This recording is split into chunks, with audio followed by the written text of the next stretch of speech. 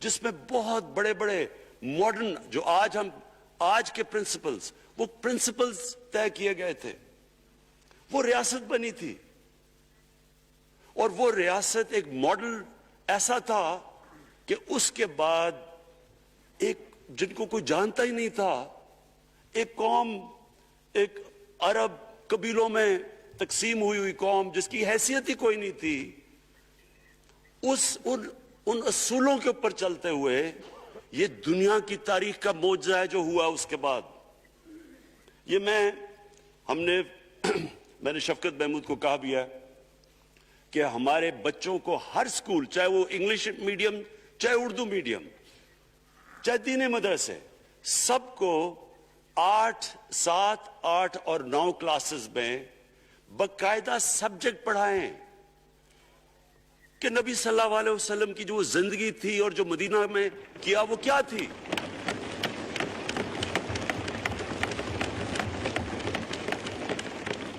تاکہ ان کو پتہ چلے کہ اس ملک کا مقصد کیا تھا. بڑے لوگ جو پاکستان نہیں چاہتے تھے وہ کیا کہتے تھے؟ وہ کہتے تھے کہ پاکستان تو بن گیا تو آپ نے تباہ، جو مسلمان ہندوستان میں رہ گئے ان کو آپ نے سیکنڈ کلاس سٹیزن بنا کے چھوڑ دیا ہے. آج بیچارے مسلمانوں سے کیا ہو رہا ہے وہاں؟ تو وہ لوگ کہتے ہیں کہ اگر پاکستان نہ بنتا تو مسلمانوں کی زیادہ طاقت ہونی تھی. ایک ہندوستان میں اس طرح مسلمانوں کا برا حال نہیں ہونا تھا جو آج ہے. یہ ایک آرگیومنٹ دی جاتی ہے. اور اگر ہم پاکستان کو جس مقصد کے لیے بنا تھا اگر ہم ادھر نہیں لے کے جائیں گے تو وہ ٹھیک کہہ رہے ہیں.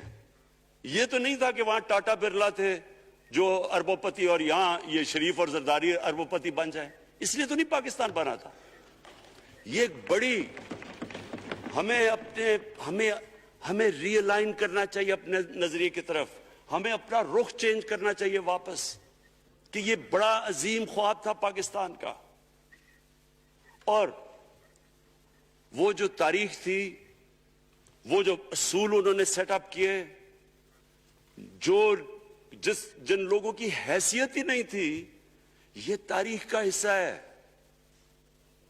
کہ اس کے بعد انہوں نے دیکھتے دیکھتے 15، 20، 30 سالوں کے اندر دنیا کی امامت کی. صرف امامت ہی نہیں کی، وہ تو منگولیوں نے بھی دنیا بڑی جلدی سے فتح کر لی تھی.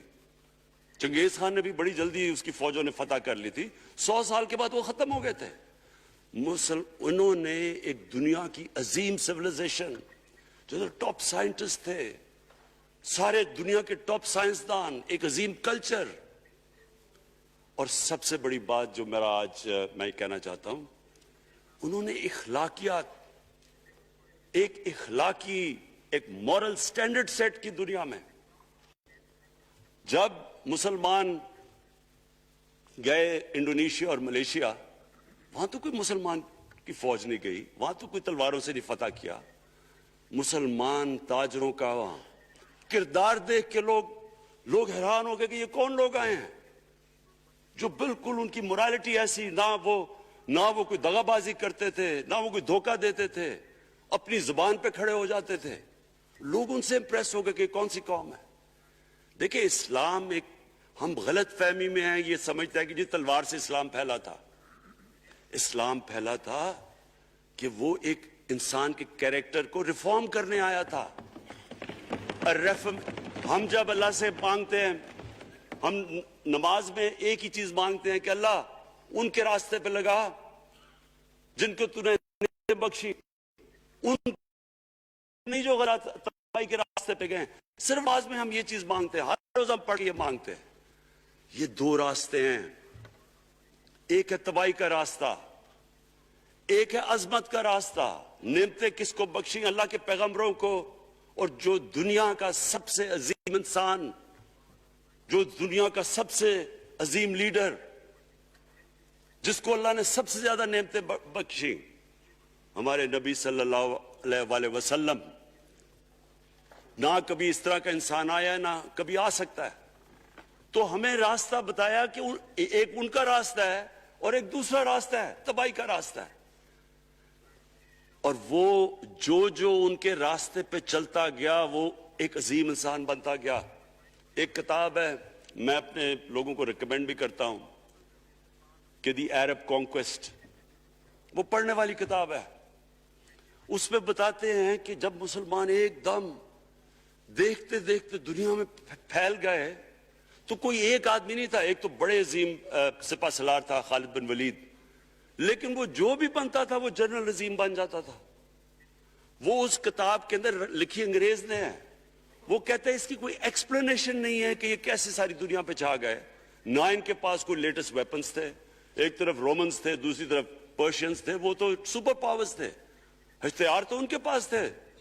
نہ ان کے پاس ہتھیار، نمبرز میں بھی وہ زیادہ تھے، ان کی فوجیں بھی زیادہ تھیں، لیکن وہ ساری دنیا پہ پھیل گئے اور ایک ایسا سیویلائزیشن بنا کہ زیادہ تر تو مسلمان نہیں تھے، وہ بھی ان کو مانتے تھے، کیونکہ ان کی اخلاقیات، ان کا عدل اور انصاف کا نظام، ان کا کیریکٹر، اس کی وجہ سے لوگ آئے ہیں. یہاں جو ہندوستان میں اسلام پھیلا ہے، یہ ہمارے جو بڑے بڑے بزرگ تھے، داتا صاحب، بلے شاہ، نظام الدین اولیاء اور بابا فرید، یہ لوگ تھے. ان کو لوگ دیکھ کے، ان کے کردار سے، ان کے انٹلیکٹ، انسانیت سے لوگ مسلمان ہوئے. تو ہم آج، میں جو یہ سینٹ الیکشن ہوا ہے، میں اپنی قوم کو یہاں، یعنی مجھے شرمندگی ہوتی ہے اسپیکر صاحب کہ ہم وہ کدھر وہ خواب اور کدھر بکرا منڈی بنی ہوئی ہے ایک لوگوں کو خریدنے کے لیے، اور سب کے سامنے. یعنی ہمیں ایک مہینے سے پتا تھا کہ پیسہ جمع کیا جا رہا ہے اس سینٹ الیکشن میں، اور مجھے حیرت ہوئی کہ الیکشن کمیشن کہتا ہے کہ جی یہ تو پتہ نہیں کوئی ہم آزاد انسٹیٹیوشن ہے، یا میں ان کی کوئی آزادی کے اوپر لے رہا تھا، یا جی بڑا زبردست الیکشن. اچھا کہتے جی بڑا اچھا الیکشن کروایا. یہ مجھے اور اس سے تو مجھے اور صدمہ ہوا ہے کہ اگر یہ الیکشن اچھا آپ نے کروایا ہے تو پتہ نہیں برا الیکشن کیا ہوتا ہے.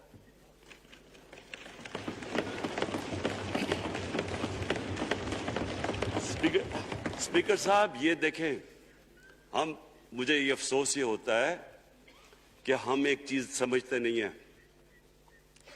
ہم کہتے ہیں نا جی ہمارے معاشی حالات بہت برے ہیں.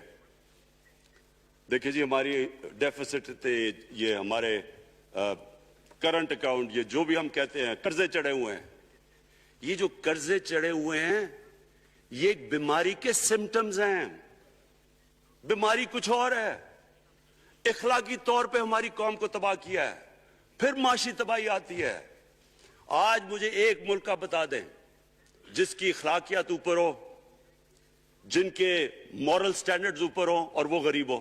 ایک ملک مجھے بتا دیں، اور کوئی ملک مجھے بتا دیں جتنا مرضی پیسہ ہو، وسائل ہو، سب کچھ ہو، لیکن وہاں کی بھی جو لیڈرشپ کرپٹ ہو، وہ مجھے بتا دیں کہ اس میں خوشحالی ہو. دیکھیں یہ ساتھ ساتھ جاتا ہے. اس وقت کیا ہوا تھا مدینہ کی ریاست میں؟ کیا انہیں کوئی سونا تیل مل گیا تھا؟ کیا ہوا تھا کہ ان کے پاس کوئی پیسے آ گئے تھے؟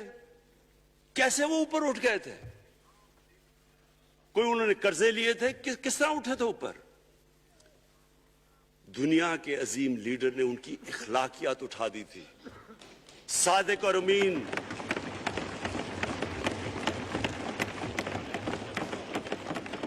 ایک قوم، انہوں نے ہمیں بتایا. ہمیں قرآن میں اللہ حکم کرتا ہے کہ ان کی سنت پہ چلو. اللہ جب ہمیں کہتا ہے ان کی سنت پہ چلو، کیا ہم اللہ کو کوئی فائدہ پہنچا سکتے ہیں؟ ہماری بہتری کے لیے کہتا ہے. قرآن شریف میں سب کچھ ہماری بہتری کے لیے اللہ نے، یہ تمہارے لیے بک آف گائیڈنس ہے ہمیشہ کے لیے، اور یہ ہماری بہتری کے لیے ہے. تو وہ جب ہمیں کہتا ہے کہ نبی صلی اللہ علیہ وسلم کے راستے پہ چلو، وہ ہماری بہتری کے لیے کہتا ہے. اور میں، جس نے اس عمر میں ساری دنیا دیکھ لی ہے، اسپیکر صاحب میں آپ کو بتاؤں، مجھے تکلیف ہوتی ہے دیکھ کے.